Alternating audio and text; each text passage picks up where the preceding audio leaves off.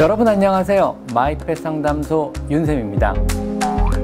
귀병은 처음엔 대개는 단순한 자극에 의해서 시작이 돼요. 면봉으로 사육해서 귀 안에다 뭘 집어넣고 과도한 자극으로 귀병이 유발될 수 있고요. 언제라도 귀가 부었거나 혹은 노란색이나 검은색 귀지가 나오기 시작하면 귀에 문제가 생긴 거니까 가까운 병원에 빨리 데려가 보셔야 돼요. 오늘은 강아지, 고양이 귀 관리법에 대해서 알아볼 건데요.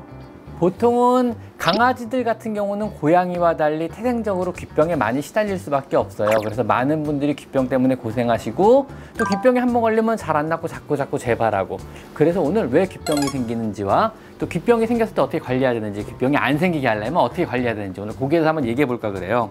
보시는 것처럼 고양이들은 귀가 이렇게 바짝 서 있어요. 그리고 이도가 짧고 통기가 잘 돼요, 되게. 그래서 귀병이 잘 안 생기는 편인데 강아지들이 그에 비해서 귀병이 굉장히 잘 생겨요. 이유는요, 강아지는 귀가 보통 이렇게 L자로 꺾여 있어요. 보시는 거와 마찬가지로요. 그리고 고막까지의 거리가 굉장히 길어요. 더군다나 코커 스패니얼 같은 품종들 보면 귀가 덮여 있기까지 하잖아요. 이러면 귀병이 잘 생길 수밖에 없어요. 또 한 가지 중요한 거는요, 이 이도 안에 내피 세포들이 굉장히, 상피가 굉장히 얇아요. 그래가지고 조그만 자극에도 쉽게 염증이 유발되고요. 고양이에 비해서 분비 샘수가 굉장히 많아요. 그래서 감염의 기회도 훨씬 더 많게 돼요. 이에 반해서요, 고양이들 같은 경우는 이도가 되게 짧아요. 이 길이가 되게 짧고요. 그 다음에 분비 세매수가 강아지보다 훨씬 적어요. 그래서 감염력이 훨씬 적고요. 그 다음 귀가 바짝 서 있어서 통기가 되게 잘 돼요. 그러니까 귀병이 잘 안 생기게 됩니다. 그래서 강아지 같은 경우는 귀병이 생기는 주요 원인 중에 하나가요, 첫째는 면봉으로 사육해서 귀 안에다 뭘 집어넣고 과도한 자극으로 귀병이 유발될 수 있고요. 청소를 해주다 많이 생겨요. 두 번째는요, 귀털 뽑는 과정에서 오히려 많이 생겨요. 즉, 강아지 귀털은 전부 다 귀가 덮인 애들만 나와요. 귀가 쓴 애들은 귀털이 필요 없기 때문에 안 나거든요. 귀 덮인 애들 귀털이 필요한 이유는 뭐냐면요, 안에 있는 수분을 밖으로 뽑아내기 위해서는 어쩔 수 없이 털이 필요한 거예요. 그래서 귀털이 나 있는데, 깨끗하게 청소하기 위해서 귀털을 뽑으면요, 뽑는 과정에서 감염이 되고요. 그 다음에 뽑아놓으면 뽑은 자극 때문에 또 한 번 또 귀병이 생기게 돼요.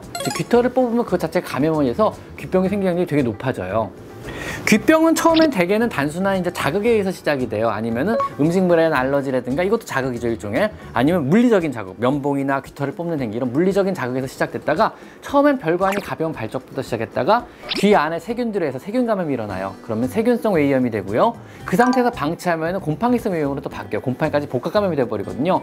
그리고 더 방치하면 곰팡이에 의해서 이도 표면에 변형이 일어나고 이도 피부에 변형이 일어나고, 나중에는 귀를 구성하는 연골까지 변형을 해서 귀가 쭈글쭈글해서 막혀버려요. 이 정도까지 되면 사실 치료는 거의 불가능하다고 봐도 무방하거든요. 그래서 초기에 잘 대응하고 조금만 귀가 이상하면 병원 가서 치료하든가 집에서 관리를 잘하지 않으면 굉장히 심각한 귀병으로 대개는 발전을 하게 됩니다. 초기에 잘 관리해 주셔야 된다는 거 꼭 기억하셔야 되고요. 언제라도 귀가 빨갛거나 부었거나 혹은 노란색이나 검은색 귀지가 나오기 시작하면 귀에 문제가 생긴 거니까 가까운 병원에 빨리 데려가 보셔야 돼요. 아셨죠? 귀 관리 요령은요, 정상적인 건강한 귀라 그러면은요, 정기적으로 닦아주시는 게 좋아요. 근데 너무 자주 닦는 것도 별로 좋진 않아요. 자, 주의사항 하나, 첫째, 절대로 면봉을 사용하지 말 것. 둘째, 절대로 털을 뽑지 말 것. 이 두 가지는 꼭 기억하시고요. 그럼 면봉 없이 어떻게 귀를 닦아요? 겉에만 닦아주시면 돼요. 보통은 이런 가벼운 솜에다가요, 귀 클리너, 이어 클리너란 걸 쭉 뿌리고 검지손가락이 들어가는 데까지만 닦아주시면 돼요. 부드럽게 손가락이 들어가는 데까지만 가볍게 닦아주시면 되고요. 아니면 요즘 이런 제품들도 팔아요. 이어 클리닉 패드라 그래서 아예 귀 세정제가 묻은 패드가 팔아요. 그래서 요거 한 장을 꺼내가지고, 역시나 귀 안쪽까지 너무 욕심내서 닦으려고 그러지 마세요. 귀가 오히려 손상을 입기 쉽거든요. 손가락 들어가는 데까지만 부드럽게 닦아주신 것도 방법이에요. 아니면은 조금 더 적극적으로 닦고 싶다는 건 병원에 쓰는 방법인데요, 귀 세정액을 귀 안에 넣으세요. 한 두세 방울 정도 넣으시고 귀 밑을 잡고 짜글짜글 해서 녹여내세요. 그 다음 놓으면 강아지가 막 털어요.